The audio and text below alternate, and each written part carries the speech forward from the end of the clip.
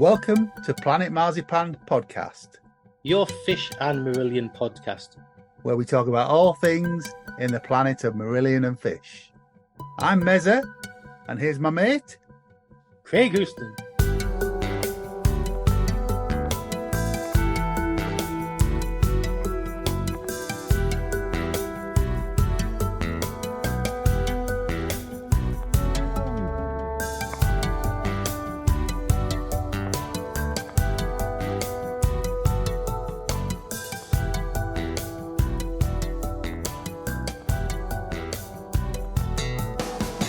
Hello and welcome to Planet Marzipan Podcast.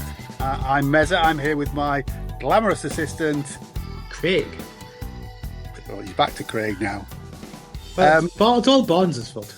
I know. This is a bonus episode, so welcome listeners. We have a guest with us. We have the lovely Felicity Prick with us. Hello, Prike. Thank you very much. Sorry, I beg your pardon. Hyacinth. I'm sorry about that.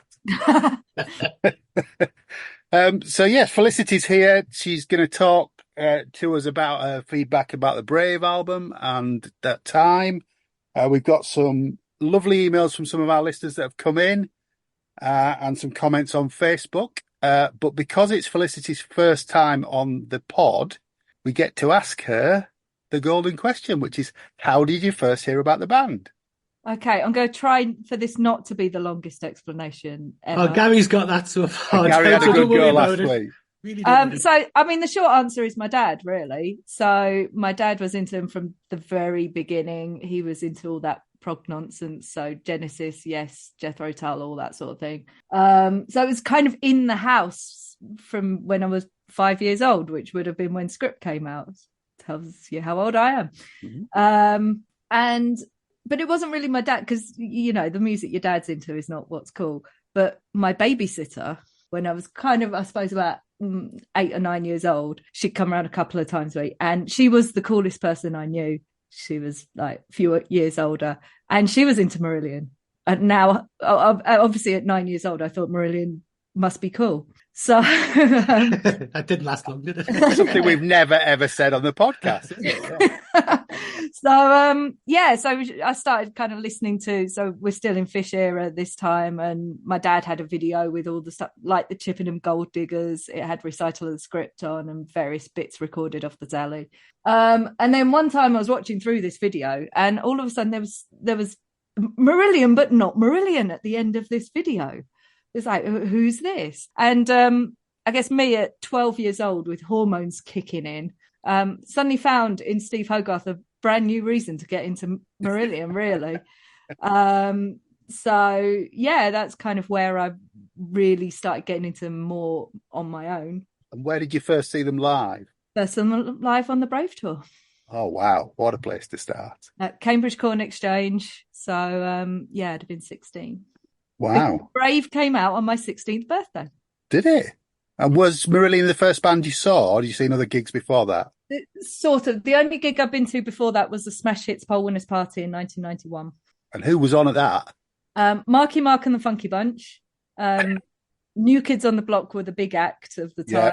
Yeah. Kathy Dennis, Danny Minogue, Extreme were on. Oh. And I think it was the year when Philip Schofield got rugby tackled by Carter, the Unstoppable Sex Machine. It wasn't a waste then, really, was it? It was good. Yeah. Bit of a contradiction between your first two gigs then, yeah? Yeah, a bit of a difference. Okay, well, thank you for that.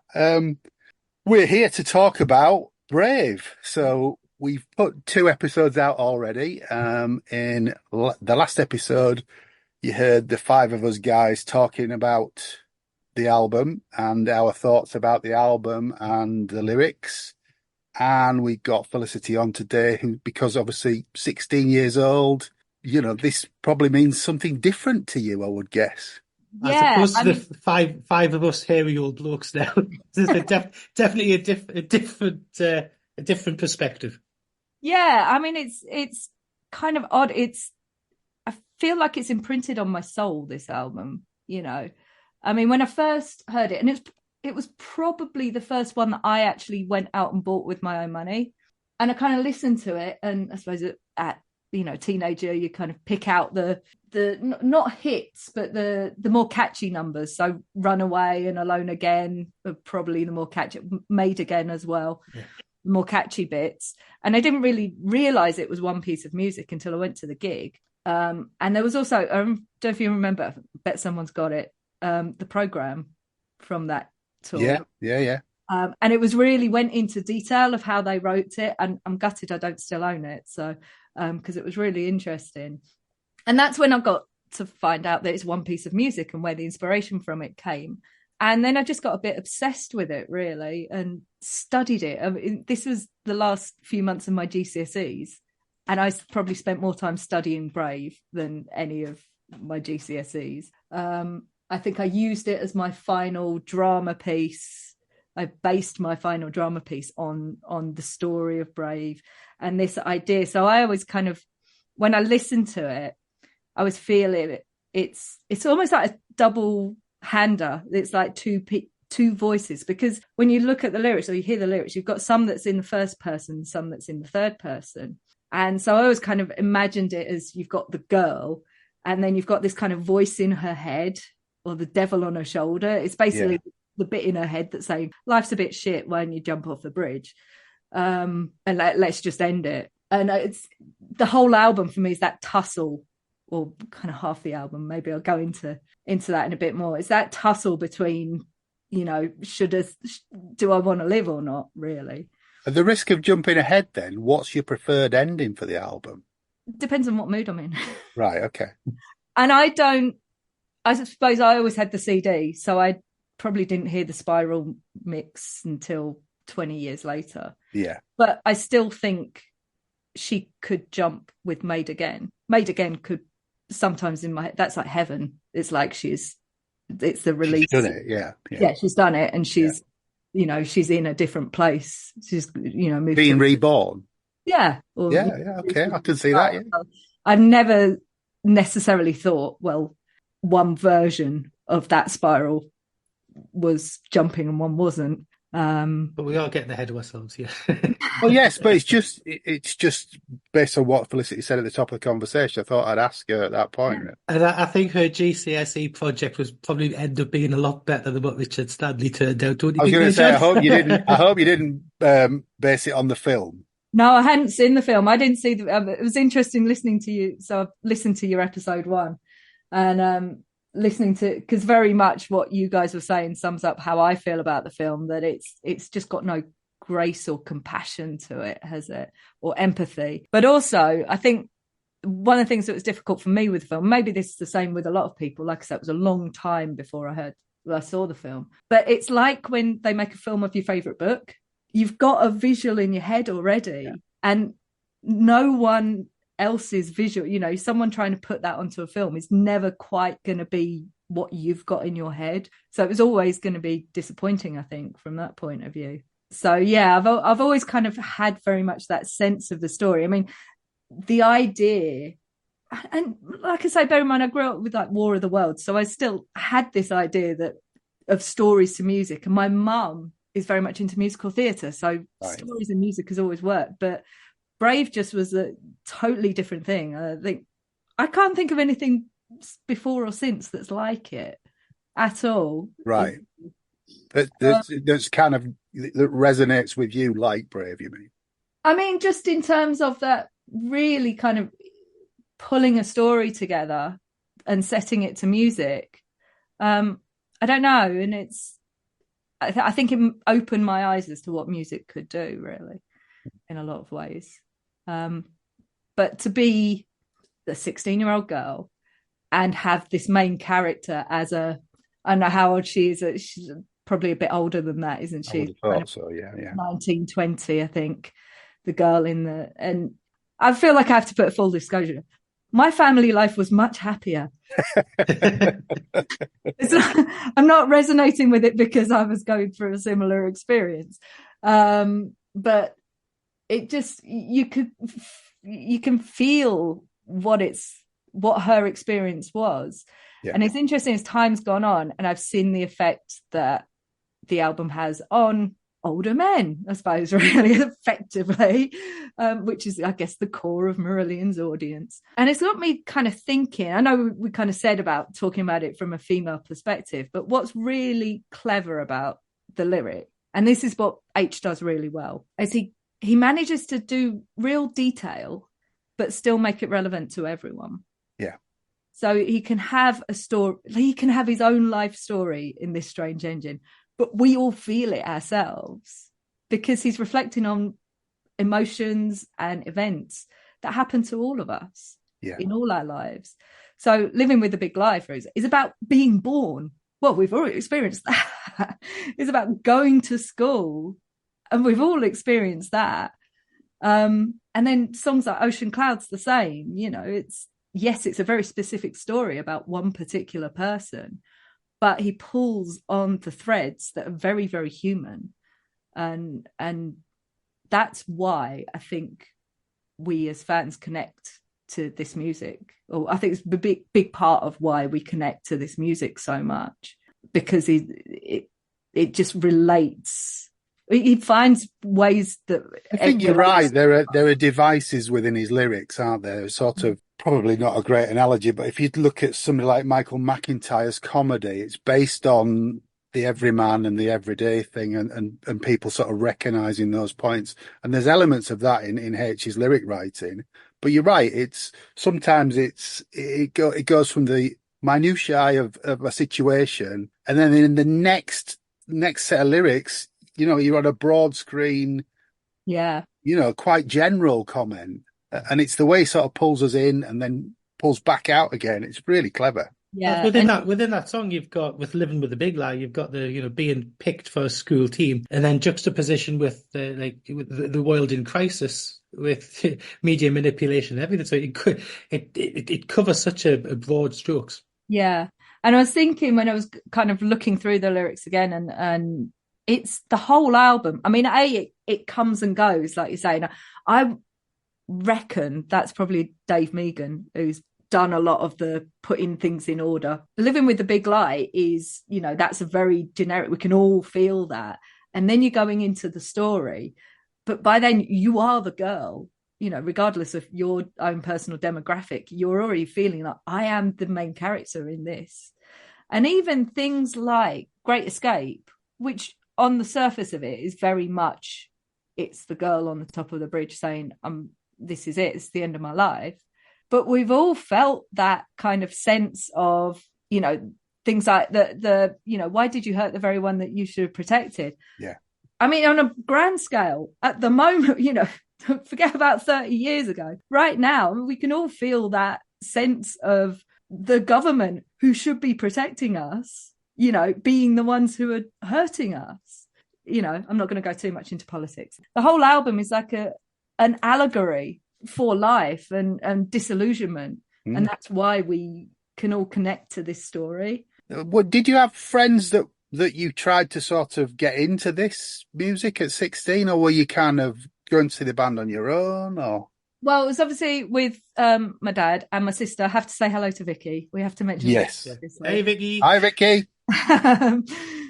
So yeah, I mean, it was just, I don't think I think I sort of occasionally but I mean, I didn't really have friends. So again, this is why I kind of could connect to especially that Living with the Big Lie. I mean, I didn't have, it's not like I had lots of friends. I was like saying to him, oh, you really should listen to this music sort of thing.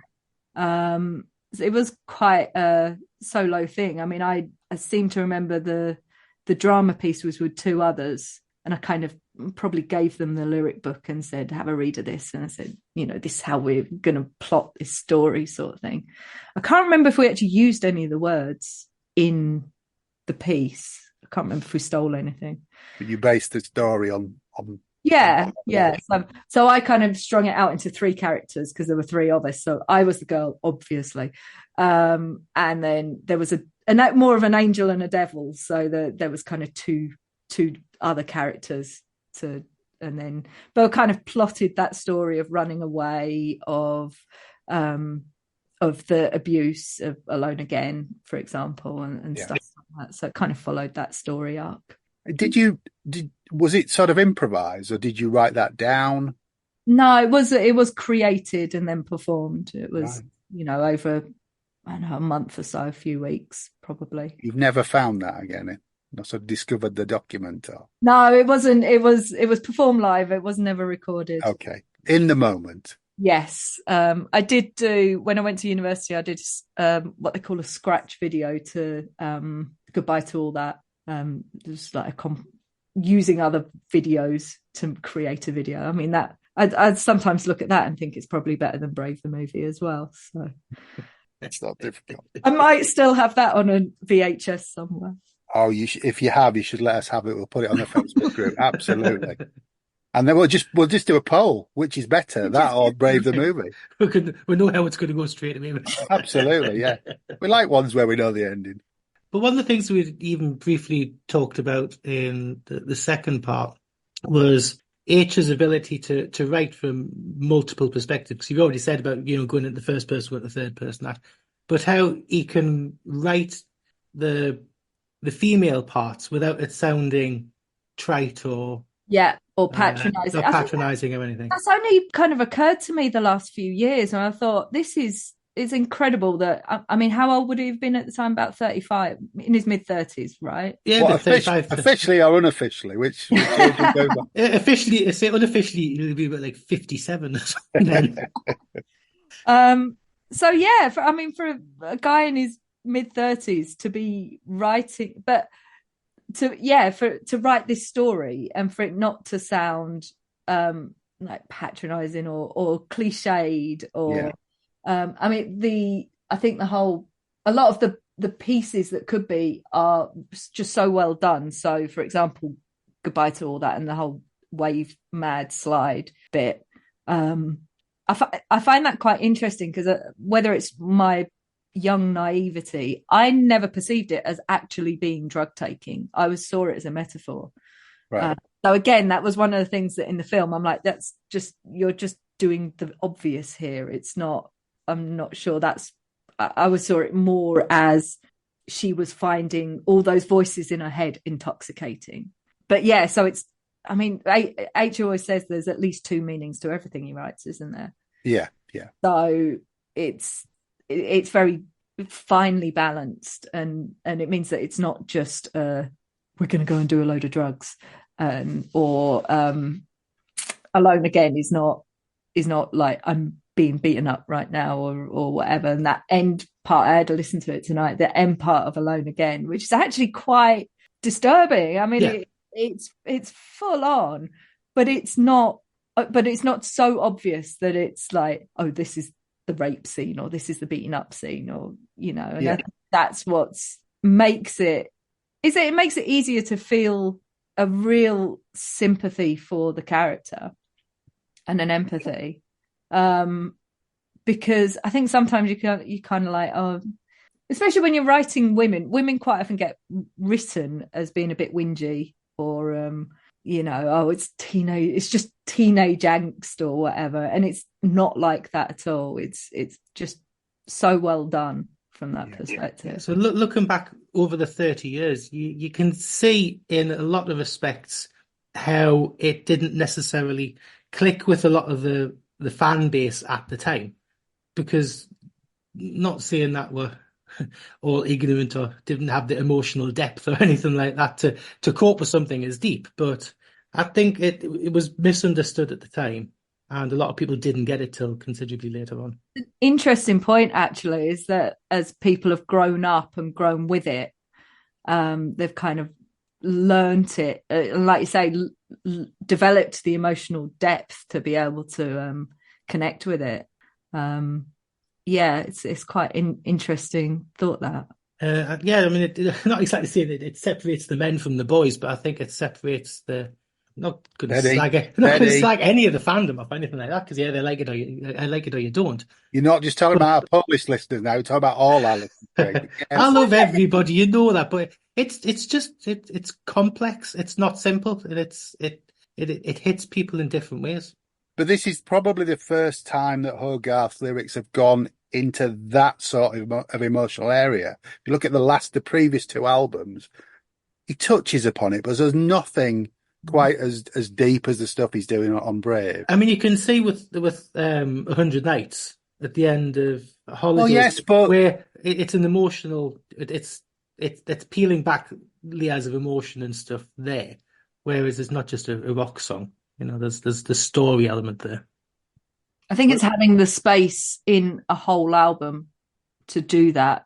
You know, it affords him H in particular, the space to explore and get that bit deeper into stuff. And I think the music as well, the music's obviously developed to the point where they're creating these real soundscapes. I mean, we kind of joked when I was on stage with the band doing the quiz, drop that little. How long did that take? Half an hour?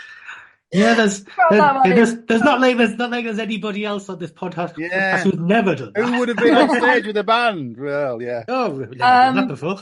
But one of the questions we asked was about, about songs that were over 10 minutes long. And the majority, there's more material generally with H, but they didn't do very many that long songs with Fish. No. So this is where they've, with your whole Wave Mad and Great Escape, you're starting to get that real soundscapey kind of idea. And Brave as well, the title track, those really lush soundscapes that H can kind of hang, it gives him the space to just hang snippets or just individual lines, and they don't have to be couplets or verses. They can just be odd lines that kind of, which in a way sometimes you say more when you say less, Yeah. Do you think this is the sort of the start of the cut and paste era? Because the stuff for the previous two albums will have been jammed live, I think. And this, I get the idea that this is more Dave Meegan going, well, if you put that bit with that bit, and they just had to work the transitions out. And that's the sort of start of the blueprint for the rest of their career, really. Yeah, I think you mentioned that the other day, didn't you? And that does make sense. It is, like you say, the blueprint for how they would go on and work as well, I think, in the future. But it was interesting when you were saying about, it's not necessarily separating the men from the boys, but maybe it's kind of more separating the thinkers from the feelers. Fish's lyrics are very thinky. They're quite. I don't know. He's I was listening to the album that we're going to review next week, and Rites of Passage got me in the feels earlier today. That's later stuff, though. I mean, it is later stuff, and he can. I get what you're saying in the Marillion era, yes, but I think he kind of, if you look at Gentleman's Excuse Me on Vigil, that's where he started to open up into that sort of area for me. Yeah, maybe it's just a maturing as much. Possibly, yeah. And also, don't get people too excited because when we do Rain Gods with Zippos, it's not. We're recording it next week, but it's not going to be out for another 3 weeks because we've got other guests in. We have got stuff in the bank. So just on while we're kind of on that kind of. Not Fish versus H, obviously. No. Comparison. I just one thing I did want to say was one thing that really annoys me is when people say that like H can't sing Fish era stuff because he's not angry enough. Oh. This album is just full of utter rage. Yeah. Brave is just, it's so angry. Hard as Love is fierce. It's absolutely that's another thing that kind of the balance of the album, it kind of switches between the deep sadness and just this girl's complete rage at a world that has put her in this position. And again, that's something we can all relate to, isn't it? It's like we can all kind of sit here and think, people told me life was going to be like this and it's not, and I'm really fucking angry about that. So is a 16-year-old Felicity going to see Brave for the first time? Did that open the album up more to you when you because it was quite soon after the album came out? It was one of the things we've been talking about. How it was about only a few. I think it was about a month, Cambridge, and that, like I say, that's when I realised that it was one single piece of music, and could be taken apart and studied in that way. And I'd be listening to it probably every other day, at least, and singing in my bedroom, pretending to be the girl. So your mum and dad didn't catch you, say, standing on the sofa trying to jump on it like that.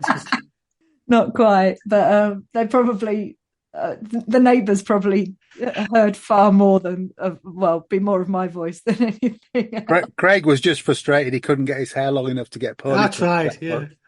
That was the problem. Had the lippy on and everything. Had the red lipstick on, yeah. That scared the neighbours. And me. I was only chasing you down the street for fun. But yeah, I mean, I love that kind of rage of. I mean, I love Hard as Love, and that definitely kind of tapped into that 16-year-old me.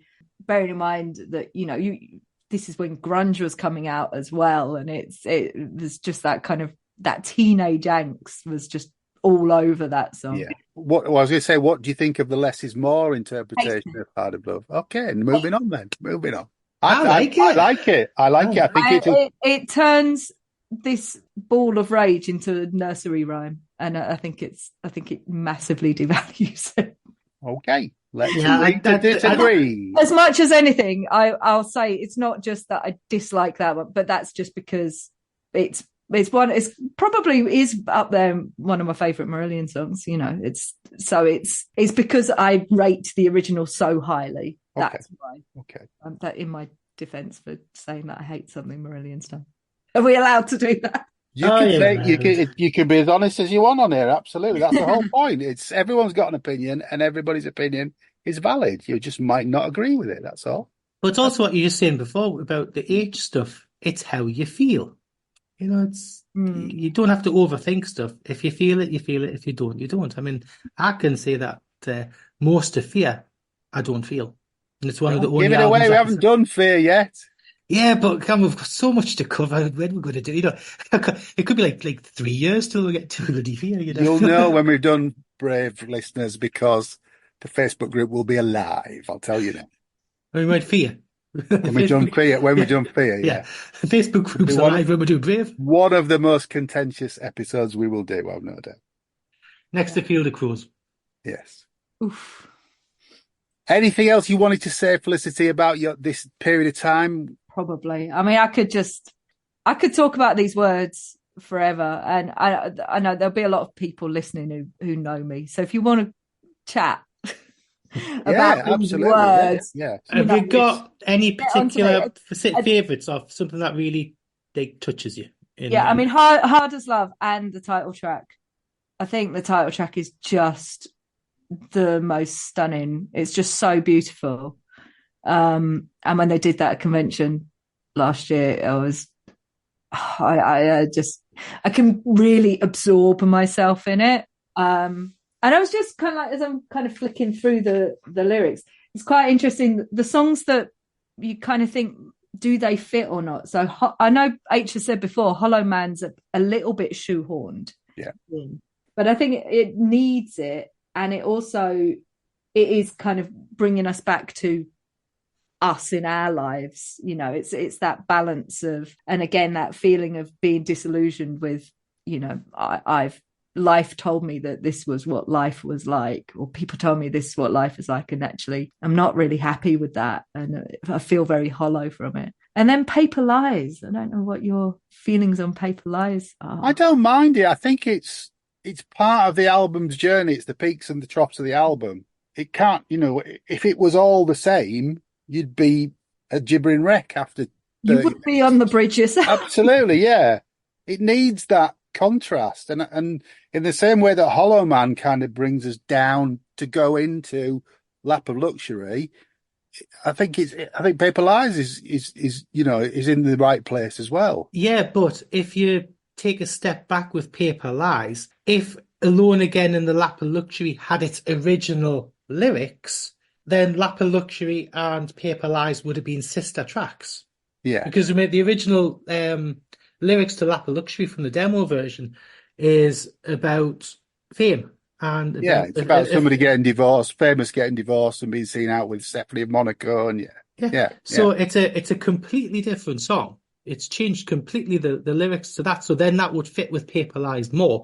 But Paper Lies, like I say, breaks the album up. And it does kind of, again, it's that the use of the word luxury is again, it's that clever device that we can link it to our own lives, and that keep using the word disillusionment. I can't get away from that word on it, really.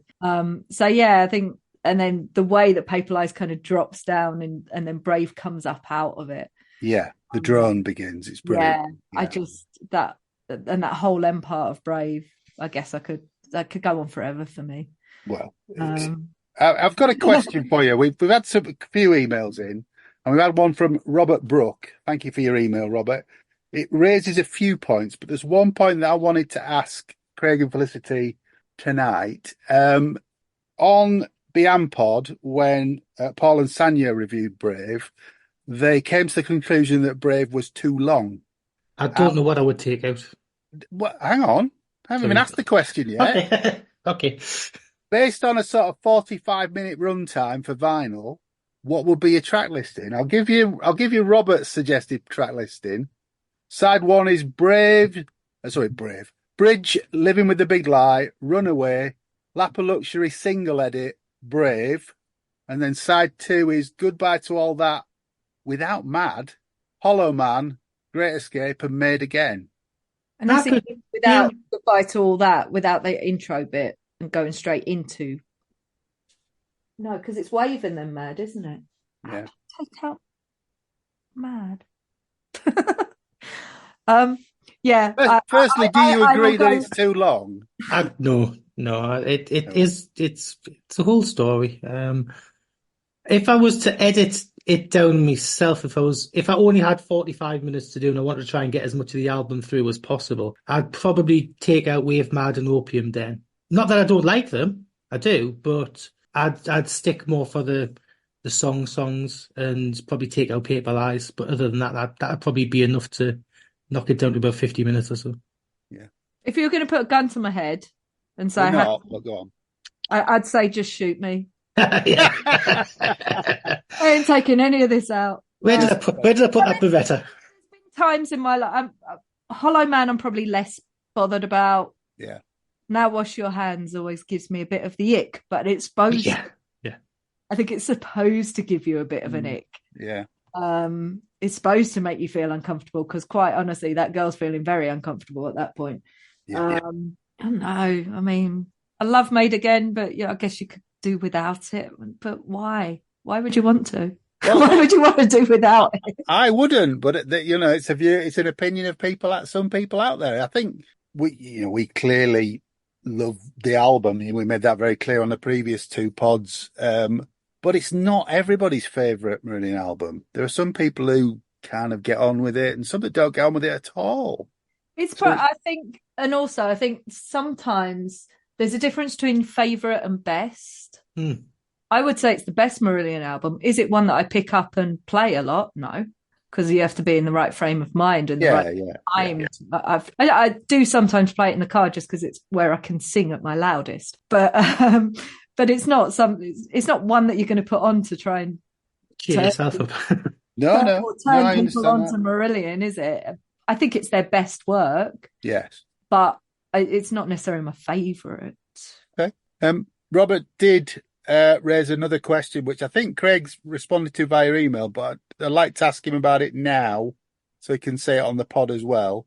Any idea why EMI have chosen The Hollow Man as the first single from Brave in the UK? And why release it a month after Brave had already been released? Every other album followed a standard poppiest single released a few weeks before the album schedule. Why didn't the UK get The Great Escape in January like Europe did? I think the A&R department and the press department with EMI just didn't know what the hell to do with it.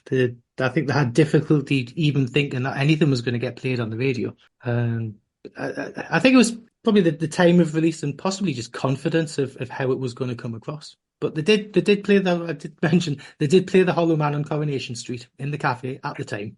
So that was as much as they got. And you did have rave posters on the EastEnders set. EastEnders, I remember that. Have you got the video of that? No. You sure now? I'm sure. Me and soaps, nah.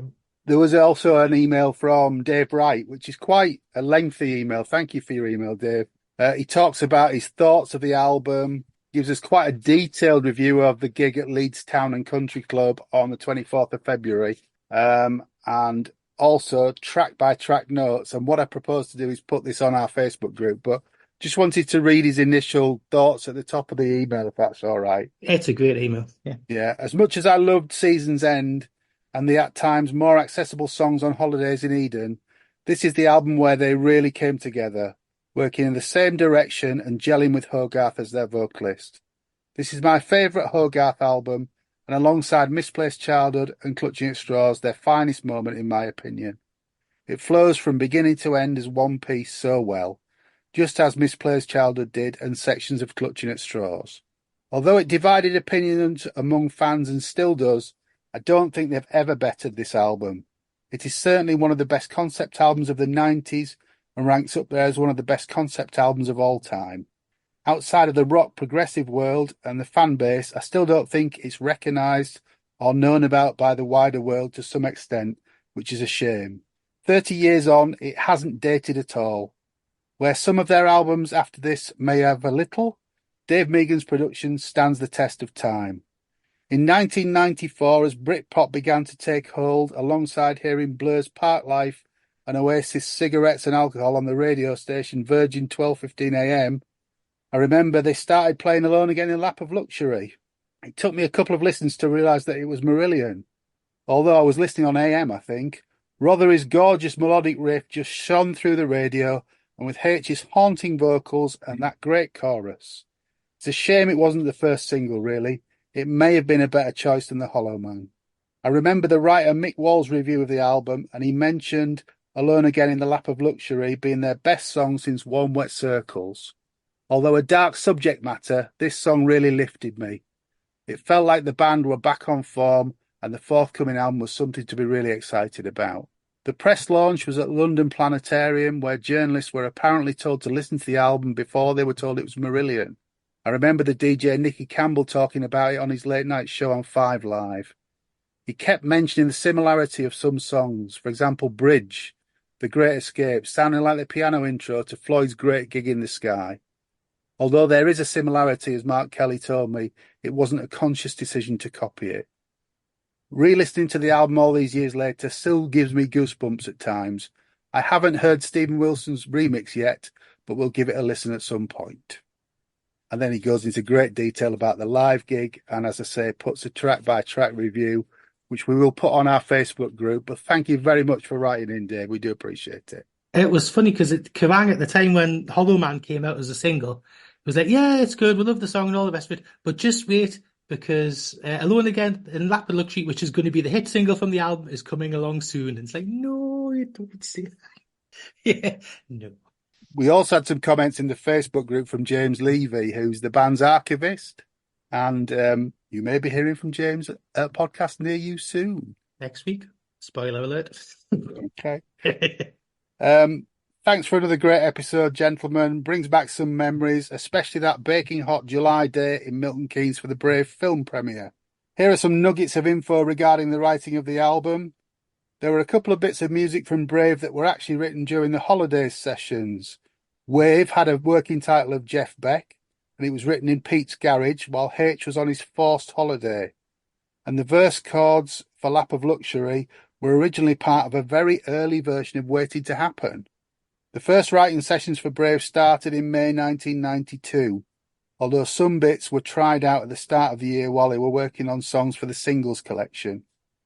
And it was in early December 92 when the band decided to go for a concept album, and they had early versions of Big Lie, Runaway, Hard of Love, bits of Goodbye to All That, Hollow Man and Lap of Luxury. And if you find any of that interesting, listen out for James's interview with us next week. It's fantastic. It really is. I mean, we found out stuff that we had absolutely no idea of. Really, really good. Why he's on the quiz writing team. He is, and he does get a credit for that in the podcast as well. And you're on a quiz writing team. Mm-hmm. And I am, contrary to what you say. You're on the quiz presenting team. No, I wrote some questions last year, 2. I think you're fine. 1 got rejected, but there you go. That's life. And I'm long since retired. I'm part of the team that votes for the questions when we do the voting, but yes. Yeah, Felicity is part of the team that helps us to sort the quiz out for Port Zealand. She's part of the team that does the scoring, and she came on and did the final scores. Was it time before? No, last time. Last time, yeah. And I think you enjoy it, don't you? I do. I'm always happy with a microphone in my hand. Well, you've presented on stage, haven't you? You've presented it 1 year on stage in Port Zealand as well. Was that 2015? Band Against the Fans, yeah. Yeah. Great fun, yeah. And what's it, Dave? Absolutely. Any final thoughts on Brave then, guys? I think I was just going to say, it's quite a nice final thought. I always feel changed when I listen to this album. I feel like a different person at the end of it. I feel it's very cathartic. Yes, yeah, especially once you get through Great Escape and it made again. You're on a high. And I feel, kind of cleansed. And I feel like I've kind of been through something, but I've come out the other side. And I can't really think of much else that makes me feel like that. Or maybe Dark Side of the Moon might be the only other album I can really think of that makes me feel like I've gone on a journey, a real journey with that album. So that's kind of I suppose like I say, it's not something I choose to put on very often, but when I do, I know that I'm gonna feel better at the end. I think that's a great way of summing it up. I think to quote Steve Hackett, whose new album comes out this week, he's done a concept album and he said, "I've tried to make a film for the ears." Kind of fits as well, I think. I like that. Yeah. Well, there we go, folks. We'd be really, really interested to hear your thoughts on what we've discussed today. Felicity's brought us yet another angle on this wonderful album. Some great, great views on the lyric and just being that age and sort of this was the first sort of really important album. That must have been a really exciting time. Yeah. It took me quite a long time to become a proper Marillionaire or leave your Cooldom behind. You let your Cooldom go and then you're okay. It took a long time for me to really get inducted into the cult, but this was the one that I just kind of lived with me for 10 years really. Fantastic. Well, look, thanks for sharing your stories with us today. Pleasure. So it's good night from Felicity. Good night. And good night from me. And it's good night from him. Take care. Stay alive. Thanks for listening to Planet Marzipan Podcast.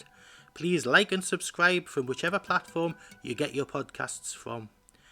You can contact us at planetmarzipanpodcast@gmail.com and check out Marillion.com, fishmusic.scot or fishmusic.eu for all the good stuff.